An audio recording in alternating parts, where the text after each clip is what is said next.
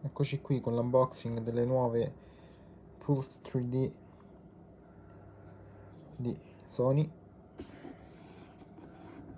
Andiamo a fare adesso l'unboxing.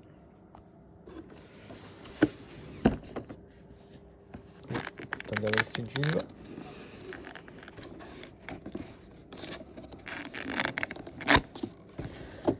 Andiamo a leggere qui dietro tutte le caratteristiche.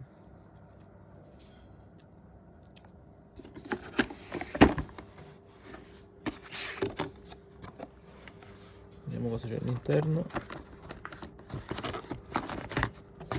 I due manualetti.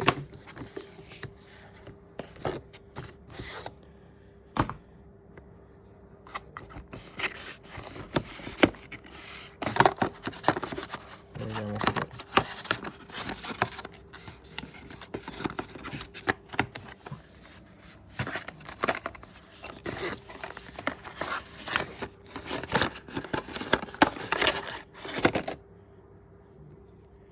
Il cavo USB-A,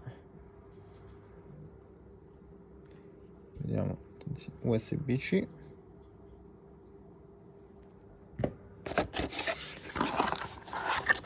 poi credo il ricevitore Bluetooth da attaccare alla Play, e infine il cavo jack da 3,5.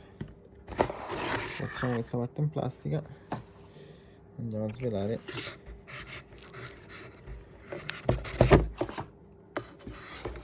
le nuove cuffie. Vediamo qui.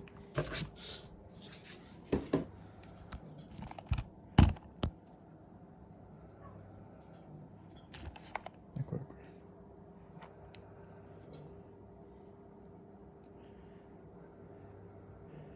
A vedere qui tutti i pulsanti.